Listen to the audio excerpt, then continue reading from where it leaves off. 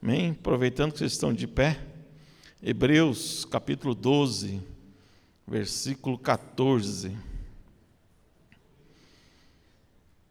Hebreus 12, 14. Esse último hino que nós cantamos, para quem não sabe, é o Salmo 24. São duas profecias ali. A primeira já se cumpriu e a segunda há de se cumprir. Amém? Mas isso é um outro culto, uma outra mensagem. Hebreus capítulo 12, versículo 14. Todos acharam? Amém? Quem não achou, diz, espera um pouco. Na minha tradução diz assim: segui a paz com todos e a santificação, sem a qual ninguém verá o Senhor. Amém? Segui a paz com todos e a santificação, sem a qual ninguém verá o Senhor. Amém? Pode sentar, querido. Essa palavra veio no meu coração antes de domingo já. E parece que é uma sequência da mensagem do pastor Haroldo, né? Mas Deus sabe que isso estava no meu coração bem antes e com certeza não fui eu que escolhi, mas eu creio que o Senhor está querendo falar com a igreja. Amém? Você acredita assim? Amém? Posso ouvir um amém? Amém? Então, seguir a paz com todos sem a santificação, sem a qual ninguém verá a Deus. O grande opositor de ter uma vida de santidade somos nós mesmos. É a nossa natureza adâmica. Infelizmente, nós herdamos, quando Adão e Eva pecaram no paraíso, nós tivemos essa semente adâmica no nosso meio. E é muito fácil eu querer estar em casa num domingo, um dia de chuva, do que querer levantar a minha carne e ir adorar a Deus e ouvir um culto, cantar louvores e ouvir a mensagem que Deus tem para mim. Então, o nosso maior opositor para ter uma vida de santificação é a nossa própria carne, o nosso eu.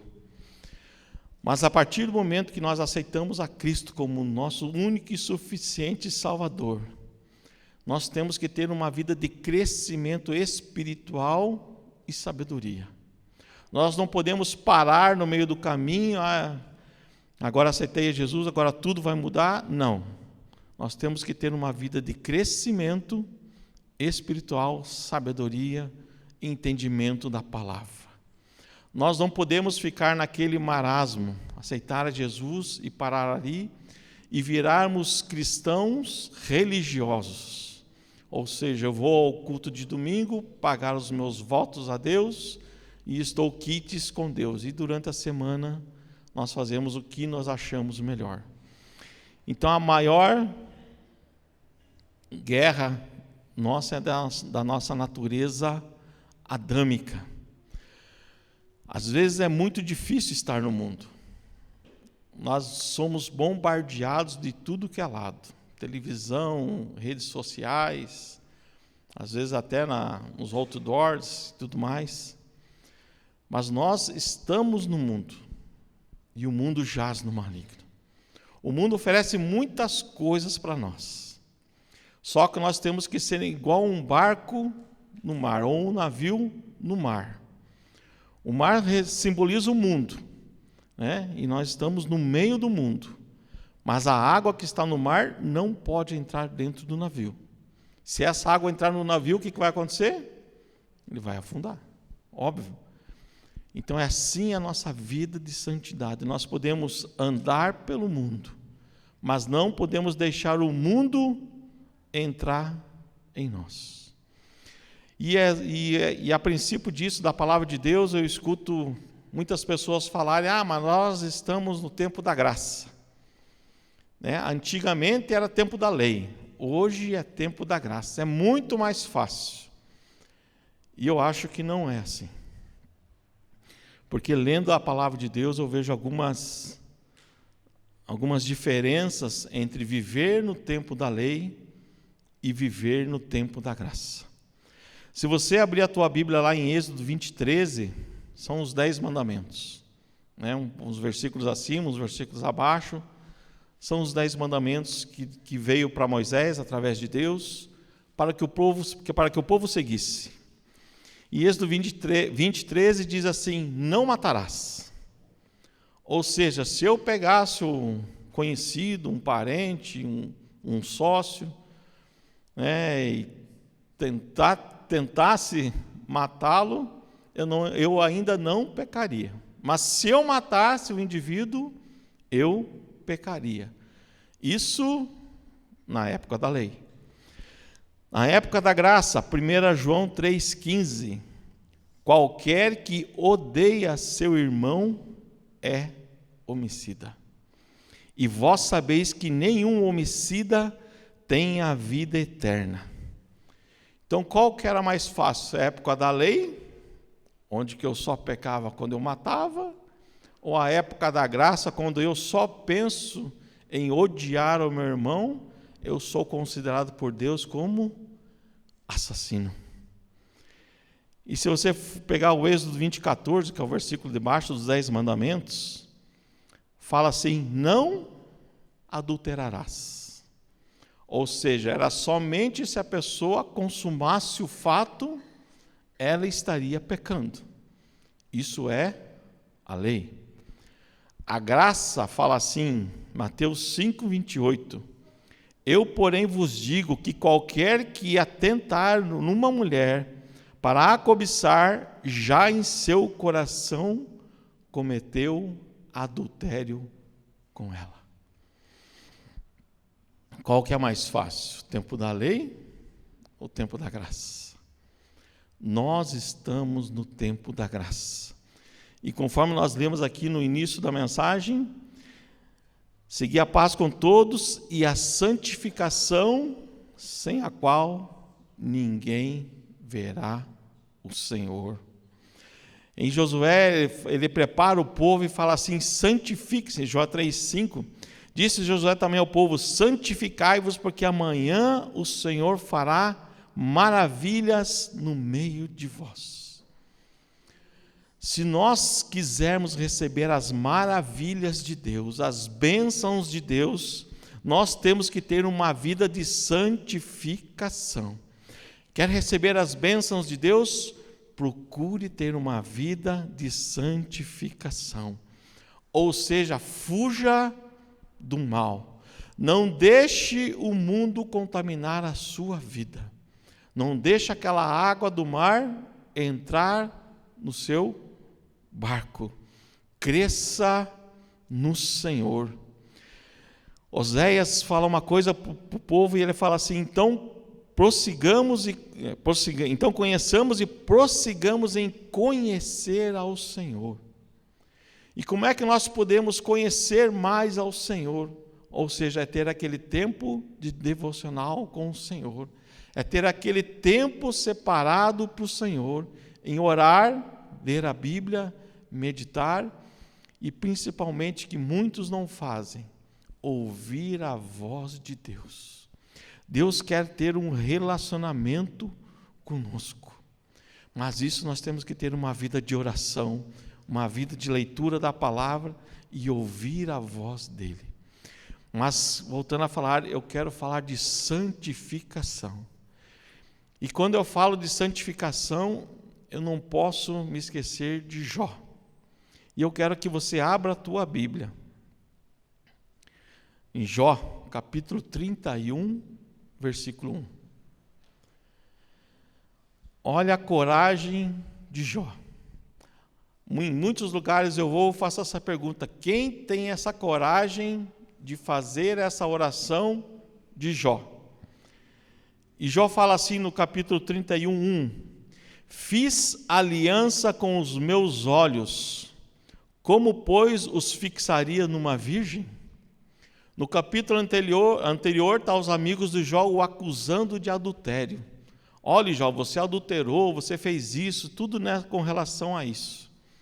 E no capítulo 31, ele começa a se defender, e ele fala assim: fiz uma aliança com os meus olhos. Fez uma aliança com quem? Com Deus.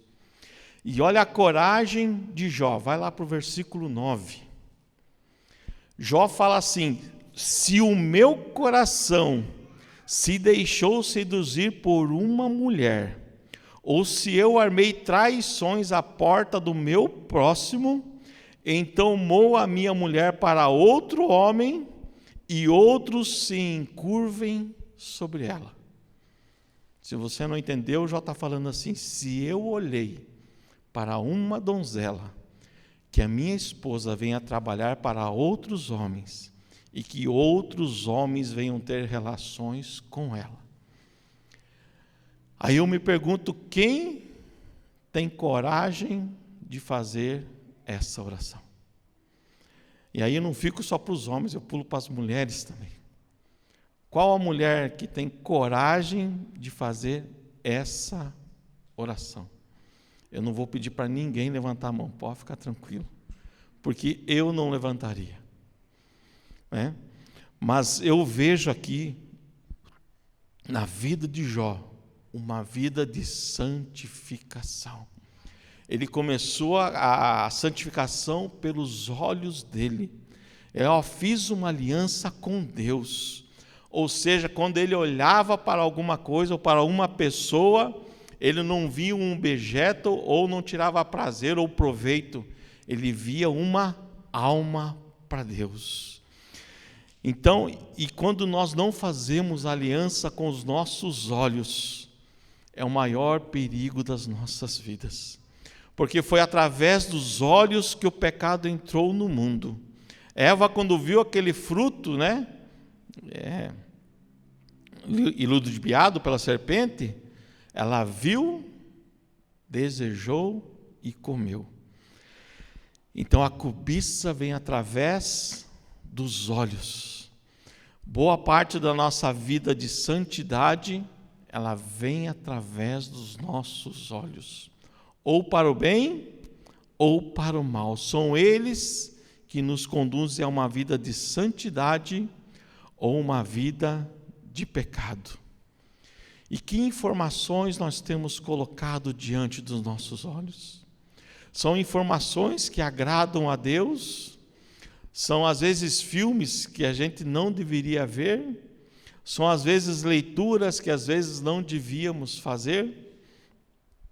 E como nós temos santificado os nossos olhos? Você já parou para pensar nisso?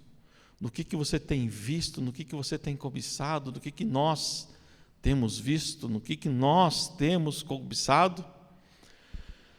E muitas vezes desejamos aquilo que não é nosso. Isso é cobiça. Acã fez isso quando recebeu uma ordem para não pegar nada. Mas o que ele viu? Uma capa e mais uns negocinhos, e isso levou uma nação inteira a pecar. Levou algumas mortes, se você conhece o texto. Acabe, então, ele viu que tinha uma vinha do lado do seu reino, e ele olhou e desejou aquela vinha para ele. E Nabote, que era o dono da vinha, ele falou assim: olha, eu não posso te vender essa vinha, porque essa vinha é herança, e segundo a nossa lei, nós não podemos vender a nossa herança. E Jezabel viu que o semblante do rei ficou triste, perguntou o que aconteceu, foi lá, matou Nabote, e chegou para o rei Acabe e falou assim: olha, tome a sua vinha. E o rei ficou muito alegre. Mas ele não perguntou a Jezabel como ela conseguiu aquela vinha, porque os olhos dele estavam na vinha e não na vida de alguém. E o que falar de Geazi, que mentiu, né? Mentiu para Naamã e ficou leproso como a Naamã ficou. Em Mateus 6, 22 e 23 fala assim: a candeia do corpo são os olhos, de sorte que, se os teus olhos forem bons, todo o teu corpo terá luz. Se, porém, os teus olhos forem maus, o teu corpo será tenebroso. Se, portanto, a luz que há em ti, a luz que em ti há são trevas, qual grandes trevas serão? Então nós temos que cuidar muito com os nossos olhos. E o que falar dos nossos lábios? Vamos lá para Isaías 6. Isaías teve o privilégio de ver o Senhor. Todos nós sabemos que Isaías foi o maior profeta messiânico.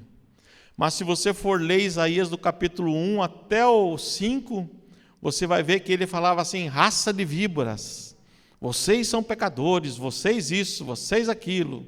E ele sempre falava vocês. E no capítulo 6, versículo 5, ele fala assim: então disse eu, quando ele viu o Senhor, ai de mim, pois estou perdido, porque sou um homem de lábios impuros, e habito no meio de um povo de impuros lábios, e os meus olhos viram o Rei, o Senhor dos exércitos. Muito provavelmente Isaías era até então um profeta mentiroso, porque ele fala: eu sou um homem de impuros lábios. E me entristece ver muitos pastores usando a palavra de Deus para benefício próprio. Pessoas que começaram aceitando Jesus, fazendo maravilhas, e não sei o que acontece no meio do caminho, que eles começam a puxar a glória para eles. E a gente vê as notícias, e nós estamos vendo pastor após pastor caindo, infelizmente. Por quê? Porque não viveram uma vida de santificação. Acharam que podiam tudo, brincaram com o pecado e estão caindo um a um. E Isaías, a primeira coisa que ele fala, né? Eu sou um homem de impuros lábios. A primeira coisa que Isaías fez foi confessar o seu pecado e se arrepender.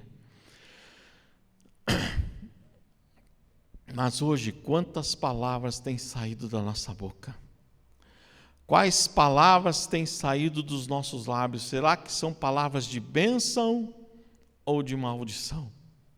Eu sempre aprendi, desde quando fui pai, quando meus filhos eram pequenos, eu sempre aprendi a abençoar eles. Olha, e eu sempre falava tanto para o Samuel como para a Sara: olha, Samuel, Deus vai preparar uma esposa para você. E para a Sara eu também tenho orado: Deus vai preparar um marido para você. E eu falava para o Samuel: as riquezas vão correr atrás de você, não é você que vai correr atrás das riquezas. E ele passou por um período de escassez, dependia do pai e da mãe. Eu falei: fique calmo, filho. E ele tentava emprego. Uma vez ele foi tentar um emprego na Trombini. Ele ficou entre os 3 classificados, e dos 3 tinha 2 vagas, e das 2 vagas ele não conseguiu nenhuma. Pensa na frustração desse menino. E eu falava assim: confia em Deus, porque Ele tem o melhor para você. Eu tenho orado para você desde criança, e isso vai se conformar na tua vida. E passou-se um tempo, uma outra empresa chamou ele, e ele foi lá fazer entrevista. E quando ele chegou em casa, o semblante dele era outro. Ele falava assim: pai, a minha mesa é assim, o lugar que eu vou ficar tem uma janela assim, assim, assim. Eu falei: cara, mas você já passou? Não, pai, não passei ainda, tem mais não sei quantos para fazer entrevista, mas a minha mesa vai ser assim. Ou seja, ele tomou posse daquilo que Deus prometeu para ele, o melhor. E nessa empresa ele entrou e ficou muito tempo, e lá ele cresceu profissionalmente muito. A carreira dele fez um up. Ou seja, por quê? Porque ele teve um pai e uma mãe que abençoava a vida dos filhos. E não só os nossos filhos, nós podemos abençoar os nossos parentes, abençoar o nosso próximo, e principalmente abençoar a nossa igreja. Uma coisa que eu tenho pedido para Deus, para essa igreja: Senhor, nos traz almas que precisam ouvir a Tua palavra. Nos traz almas que estão sedentas por Ti, Senhor. Eu oro para que Deus enche essa igreja de pessoas com sede de Deus. Amém? Se você quiser me acompanhar nesse pedido, eu conto com as suas orações. Amém? Salmo 101:7 fala assim: o que usa de engano não ficará dentro da minha casa. O que fala mentiras não estará firme perante os meus olhos. Então nós temos que cuidar com os nossos lábios. Quer um livro bom para você ler e estudar? Leia o livro de Tiago. O livro de Tiago vai falar da língua quase que de um capítulo inteiro, falando que a língua pode ser bênção ou maldição. Assim como o navio é levado por um pequeno leme, assim a nossa vida é levada pela nossa língua. Nós podemos trazer bênção para as nossas vidas, ou podemos trazer maldição. Nossa boca tem o poder de abençoar e amaldiçoar.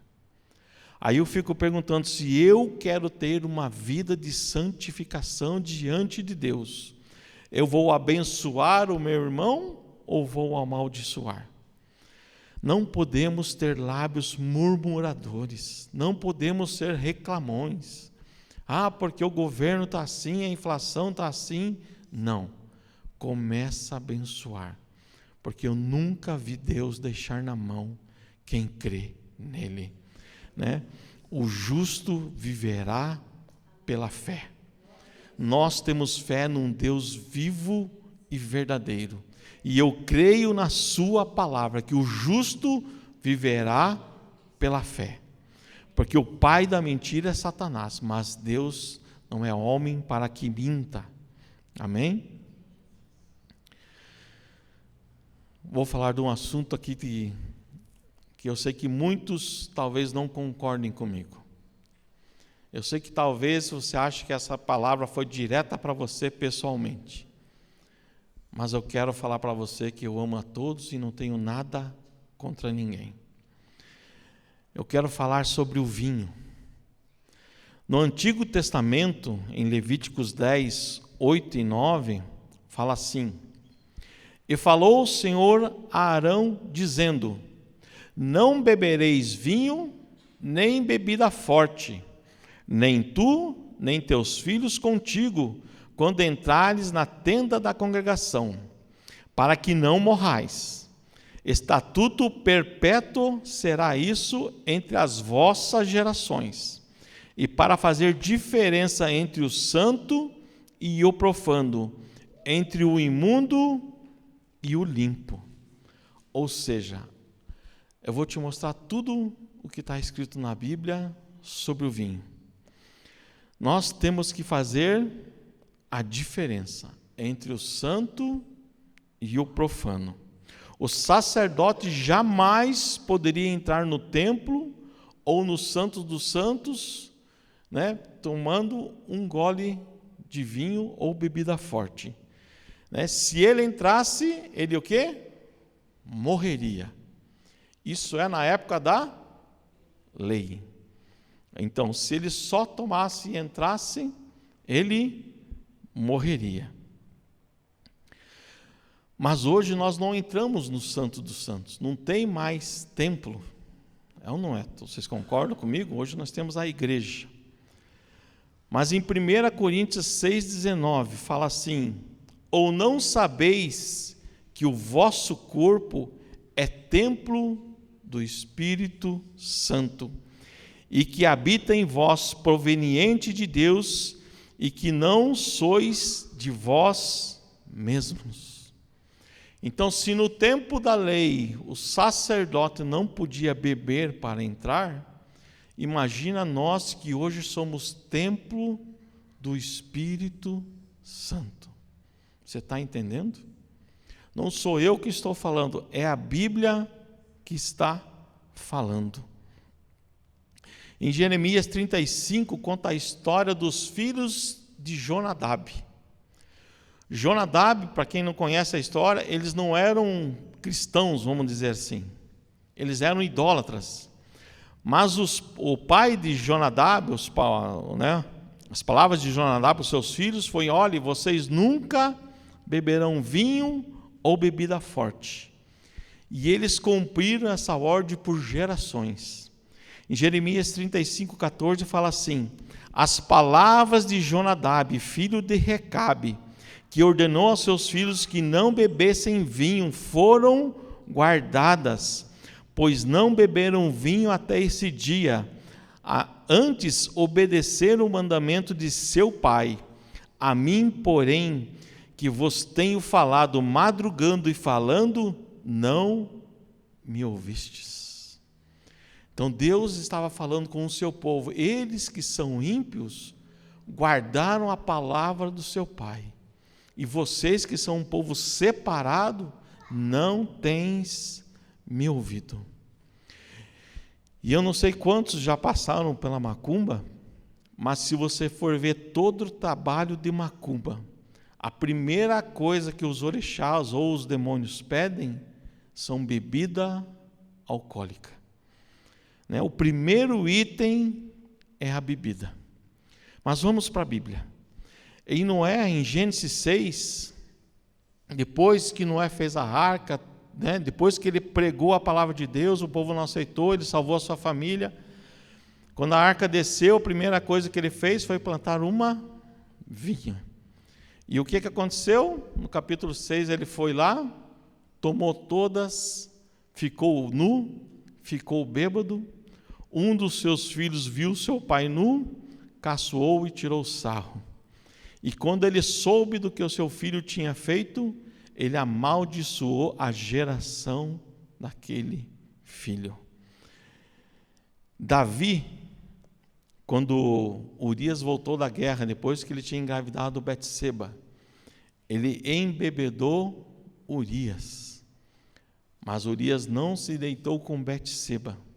E o que Davi fez? Matou Urias. E se nós formos para Ló, depois que ele saiu de Sodoma e Gomorra, o que essas suas duas filhas fizeram? Elas pensaram: não vai haver mais homens nesse mundo, e como nós vamos ter descendentes? Elas embebedaram o pai. Primeiro foi a mais velha, embebedou o pai e teve relação com ela. No outro dia, a filha mais nova embebedou o pai e teve relações com ela. As duas engravidaram. Dessas duas gravidez surgiram os moabitas e os amonitas, os principais inimigos de Israel. Por causa do quê? De uma bebida forte. A única passagem em que você vê o vinho sendo bênção foi quando Jesus transformou água em vinho. E eu creio que aquele vinho não era alcoólico.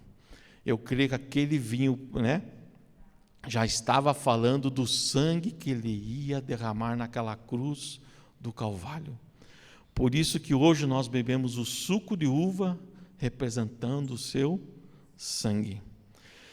Mas nós somos sacerdócio, ou seja, nós somos sacerdotes. Em 1 Pedro 2,9 fala assim: mas vós sois a geração eleita, sacerdócio real e nação santa, povo adquirido, para que anuncieis as virtudes daquele que vos chamou das trevas para a sua maravilhosa luz. Ou seja, nós somos luz do mundo. Da mesma fonte não pode sair água doce e amarga. Se nós queremos ter uma vida de santificação, nós temos que abrir mão de muita coisa.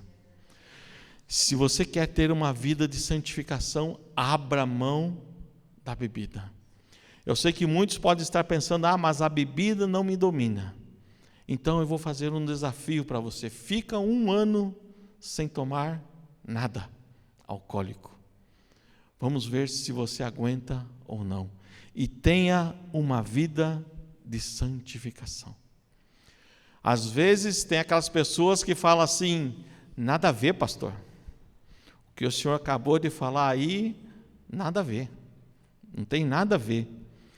Então eu vou dizer para você que essa frase é o começo do caminho para o inferno.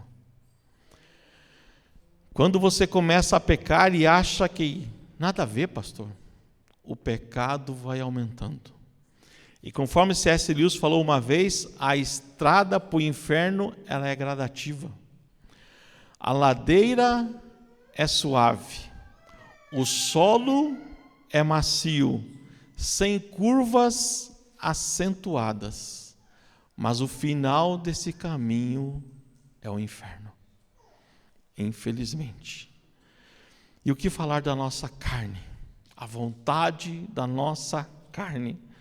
Gálatas 5,16 fala assim, digo, porém, andai em espírito, e não cumprireis as concupiscências da carne, porque a carne cobiça contra o espírito, e o espírito contra a carne. E assim como você, eu também acho que essa vida de santificação é difícil. Não é fácil para nós termos uma vida de santificação. Mas do que nós temos nos alimentado? O que nós temos alimentado o nosso espírito? Nós temos alimentado quem mais? A nossa carne ou o nosso espírito? Em 1 João 2,16 fala assim, porque tudo o que há no mundo, a concupiscência da carne e a concupiscência dos olhos e a soberba da vida não é do Pai, mas do mundo. Nós temos que renunciar. Quem não renuncia a pecado não alcança misericórdia de Deus. A santificação exige renúncias nossas. Nós temos que abrir mão de muita coisa. Mas você pode estar se perguntando assim, poxa pastor, eu falei só uma parte de santificação, dos olhos, dos lábios, da carne, da bebida, mas como pastor que eu posso ter uma vida de santificação se eu tenho a natureza adâmica dentro de mim? Se muitas vezes eu não consigo vencer a carne, se muitas vezes do meu lábio saem palavras que não edificam ninguém, se muitas vezes eu cobiço com os meus olhos, mas como então que eu posso me santificar, Senhor? Em Levíticos 20, 7 e 8 fala assim, portanto santificai-vos e sede santos, pois eu sou o Senhor vosso Deus, e guardai os meus estatutos, e cumpri-os, e eu sou o Senhor que vos santificar. É o Senhor que vai nos santificar. Mas para isso acontecer, eu tenho que dar o primeiro passo. Em Tiago 4,8 fala assim, achegai-vos a Deus, e Ele se chegará a vós. Quem tem que dar o primeiro passo sou eu. Eu tenho que me achegar a Deus, eu tenho que querer me achegar a Deus, eu tenho que abrir mão de algumas coisas e me achegar a Deus. E quando eu dou esse primeiro passo, o Senhor dá o primeiro passo para me encontrar. E à medida que nós vamos dando esses passos, o Senhor vai nos fortalecendo e vai nos santificando. Amém? E João 17,15, o próprio Jesus falou isso. Ele orando por nós, por mim e por você. Não peço que o tires do mundo, mas que os livres do mal. Não são do mundo, nós não somos do mundo. Como eu do mundo não sou, santifica-os na verdade. A tua palavra é a verdade. Assim como tu me enviaste ao mundo, também eu os enviei ao mundo. Ou seja, nós estamos no mundo, mas nós não somos do mundo. E por eles me santifico a mim mesmo, para que também eles sejam santificados na verdade. E não rogo por estes, olha aqui Jesus orando por nós, mas também por aqueles que pela tua palavra hão de crer em mim. Eu e você não estamos sozinhos nessa vida de santificação. Basta nós querer dar o primeiro passo para Deus. Basta nós queremos viver em santidade. Basta abrirmos o nosso coração e falar: Jesus, eu não consigo viver a cobiça, não consigo vencer a cobiça dos meus olhos. Ó Senhor, eu não consigo vencer os meus lábios impuros. Ó Senhor, eu não consigo abrir mão disso. Ó Senhor, seja transparente com Jesus. Se aproxime de Deus e Ele os abençoará. Você pode falar assim para mim: mas Deus conhece o meu coração. Conhece mais do que você mesmo. Mas Deus está esperando para você se abrir com Ele, para você abrir o seu coração e se achegar a Deus. E quanto mais nós nos aproximamos de Deus, mais o mundo deixa de nos atrair. Aquelas coisas, viram como Paulo diz, aquilo é monturo. Eu não quero mais as coisas desse mundo, eu quero é me achegar a Deus. Fica de pé, querido.